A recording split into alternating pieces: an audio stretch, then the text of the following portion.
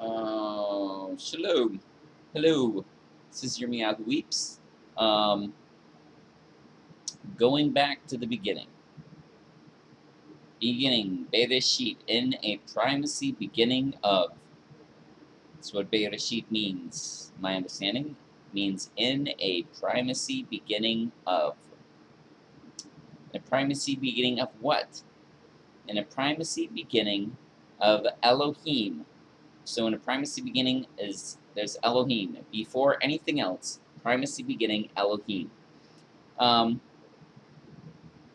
so before time, which doesn't really make sense because for there to be a before, there has to be time. So outside of time, beyond time, the Creator, Yahweh, um, however you pronounce it, some people pronounce it Yahuwah, some people pronounce it Yahweh, some people pronounce his name Yehovah, Yehovah, however you pronounce it. My best understanding is pronouncing it Yahweh, but I think the meaning of his name, the self-existent one, that's what his name means. He exists, the self-existent one. I think that's what's really important about it. Going on. Outside of time, Yahweh knew, however you want to put it, all of history, everything. Everything that would happen, everything that will happen, everything that does happen, everything. All of creation, everything. The rotation of the planets, the movement of the galaxies, everything. How you tie your shoe, how many breaths you're going to take in your life, everything. So, since he knew everything, did he leave anything to chance? Was there any chance involved? Was there anything where he went, I'm not going to have control over this aspect. Whatever happens, I'll wait and see. No, he's in absolute, complete control over everything. And everything he does is perfect. Perfect. Now, of course, his perfection is outside of us. We can't grasp it. Just like there's so much about him we can't grasp. We can't grasp his knowledge. He knows everything. Everything ever. Everything that there is ever to know, he knows. So, what was I just saying?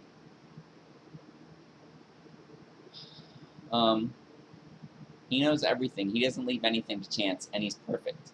So everything he does is perfect. So his purposes are perfect. I believe his purposes are perfect, because he is perfect himself. That's part of his nature. So he cannot do something contrary to his nature. He can't have sex with a person because it's contrary to his nature. He can't lie because it's contrary to his nature. So there are things that he cannot do that are contrary to his nature, which actually are things that are negations themselves. Lying is a negation of the truth. So there are things that Yahweh himself cannot do, and he cannot be less than perfect. He's perfect, he has to be perfect because it's his nature, it's who he is. So his purposes are perfect. They can't be less than perfect, they can't be anything other than what they are because of who he is. So if he purposes for things to happen, the only possible way for them to happen is according to his purpose. And the only possible purpose that he could have is the one that he does, the ones that he does, because of who he is, because of his nature, his character. So he has to be the way he is because that's his nature and his character. So he can't have any other possible purposes beyond what he does have. And he can't do and allow anything that he does and allows contrary to his purposes. I mean, everything that happens is according to his purposes and plans. He's thought of everything outside of time, and He's thought of everything happening the way it does so that it happens according to his purpose and plan. And it can't possibly happen another way because that would be contrary to his purposes and plans. So everything that happens down to the subatomic level, down to the microscopic level, and up to the galactic level, the universal level, every single thing that happens according to his plan. Everything. Everything, because it fits in his plan. Now, apparently, his plan is for lots of, from human eyes, lots of terrible things to happen, from human understanding. Of course, you have to contextualize that, and the horrible things that happen in my life and lots of other people's lives and all throughout history have to be contextualized, and you have to place them in the greater frame of all of time and all of history and all of existence, which we're not able to do. So we are not able to accurately judge the validity of what Yue has purposed to have happen, of everything that happens. We can't judge. We're not in a position to be able to accurately judge. All we can do is say, well, from my understanding, it's this way. From my understanding, all of these things are horrible and wrong. And actually, he says that according to us, it is supposed to be horrible and wrong. Things like murder and rape and lying and adultery and cheating and stealing and all of those things. They're all supposed to be wrong for us in our understanding. That's the way he's designed it. That fits with his instructions, his Torah, that he says, don't murder, don't cheat on each other, don't steal, don't lie, don't commit adultery. Don't do these things. Don't replace me with something less, because anything that we could possibly replace him with would be less. Any man-made deity, oh my gosh, they're all pathetic. They are all pathetic. They're all less. And he says, don't replace me with anything that I've created. Don't replace me with anything that you've created, you humanity. Don't misrepresent my character, my name. Don't obliterate my character and name and what you do by how you act, by how you live your life, by how you represent me. Remember the special day of our anniversary to keep it separate and special. All of these things. They're his purpose for us. But his purposes are outside of humanity. We cannot grasp that. We're not in a position to judge of what he does. But the only way for anything to be, to exist, to function at all in any way, is according to the purpose of Yue, is by his power and according to his purpose and plan that he thought of outside of time. So, like free will, I don't even know exactly what that means, but there is no free will. It just doesn't exist. There is no chance. Chance doesn't exist. If you can think of anything that you're going to do and you make a choice, am I going to choose to sit down or stand up? Am I going to choose to get Rocky Road ice cream or vanilla ice cream? Whatever choice you want to make. Yue purposed for you to have that choice and to make the choice that you're going to make outside of time. He purposed for that to happen. So you're not actually making the choice. Yue has purposed what you're going to do. And as far as choice goes, you have a limited number of options anyways. There's not an infinite number of ice cream flavors. So you have a limited choice right there. You're limited in everything. Everything. You can't choose what gender you're going to be. Some people can choose to have like sex change operations and stuff, but their DNA, their body makeup is still male or female, whatever they want to do about it. You are who the creator made you to be is who you are. Your eye color, you can't change your eye color. You can get colored contact lenses or something. You can maybe even do surgery. I don't know if they have surgery to change eye color, but your eye color is still going to be your eye color. It's still, even if they do the surgery, they're just trying to manipulate what Yue has already placed. They may be able to manipulate it for the short term for a lifetime. But this lifetime is going to end, and then there's the next lifetime, and the next lifetime you're going to be the way that Yue wants you to be. You can't change your, I mean, there's things that you can affect, like your weight. You can change your weight by eating enough, or exercising enough, or not eating enough. But you can't decide one day that you're 150 pounds and you say, tomorrow I'd like to weigh 5 pounds. So that's what I'm going to make happen. No, you can't do it because you have limitations. You can't make yourself, I'd like to be 500 pounds. I think tomorrow I'm going to be 500 pounds. You can't do it. You have limited choices. And those choices are already predetermined what choices you're going to have and what choices you're going to make. He's predetermined them all. So nothing is left to chance. Absolutely nothing. He is in absolute, complete control over everything that happens. Now, I know this makes some interesting and difficult questions. Well, they can be difficult. Well, if he purposes everything that happens, then what about, like, say, the Holocaust or Stalin's murders or rape, murder? I mean, the horrible things that people do to each other. He purposes for that to happen? Yes, according to his purpose and plan. He has purposed everything that happens. There's scripture that I'll put on the screen to back this up, but and logically it works out. It's impossible logically if Yue is who he says he is, which he is. It's impossible for there to be free will. It's just not possible, because he is all-knowing and all-powerful and all-good and all-loving, all-kind. And he has to have the purposes that he does have because of his very nature, because of who he is. And he has to have everything happen the way it does happen to be according to his purposes. What can happen outside of Yue's purposes? Now, of course, there's the I'll put a verse up for this too. There's the difference in will for him, where there's his expressed will, the will that he lets us know that he wants, like do not murder. And then there's his unrevealed will, the things that he has purposed to have happen, which get revealed to us as time goes on. Everything in the past has been revealed to us. Well, if you can remember the past, but the as much of the past as we would be able to remember would be, we would see that it is his revealed will, because it's already past, it's already known by humanity. The future is his unrevealed will for the most part. I mean, he's revealed some of the future in his scriptures to us, but for the most part, there's a lot in the future. Like, I'm guessing tomorrow you don't know exactly when you're going to use the bathroom. You haven't pre-planned when that's going to happen. You don't know when that's going to happen. But I'm guessing it will probably happen. But the Creator already, like, he knows when it's going to happen.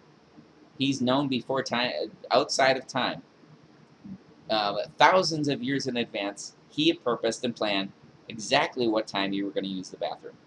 He knew all of it. He knew the molecules, the subatomic particles that your waste was going to consist of when you use the bathroom. So every last little detail is purposed and planned according to him.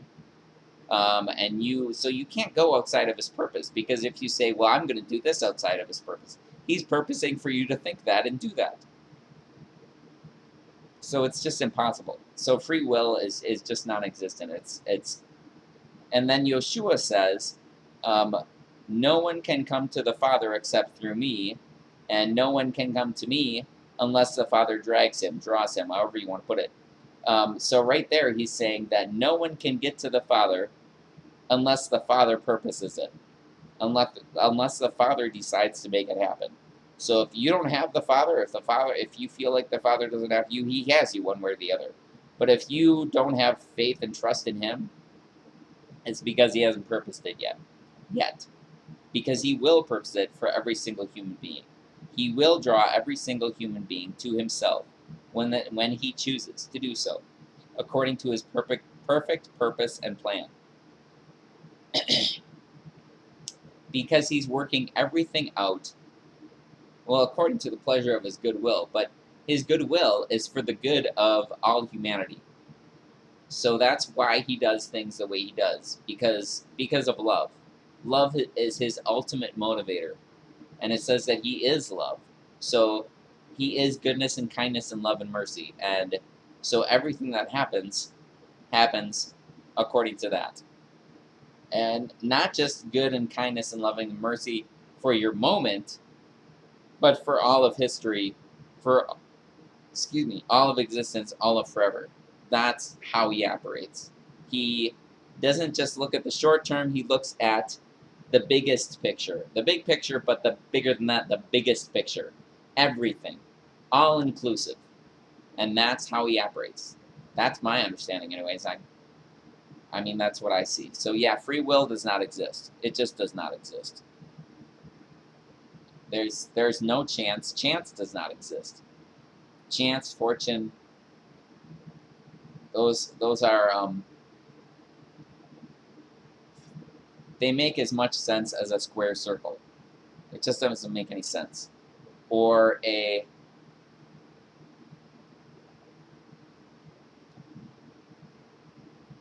pink, yellow, obscotch, hula, mango eternity. I'm just talking nonsense because that's what that is. Chance is just nonsense. There is no chance. It just does not exist. It's just imagination. That's all it is. It's nothingness. It's a nonsense term. It doesn't mean anything. It's not part of reality. I mean, it's part of reality in as much as we can think of the concept, but that's as far as it goes. Or like your imagination. You know, I imagine there's 100-foot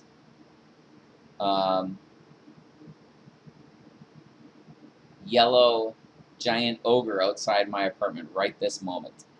I can imagine that. It doesn't make it true. It's not part of reality. It's only part of reality in as much as my imagination. It's the same thing with chance. So yeah, you have limited, predetermined choice. Limited, predetermined choice. And actually, since the Creator loves you boundlessly, like His love knows no limits,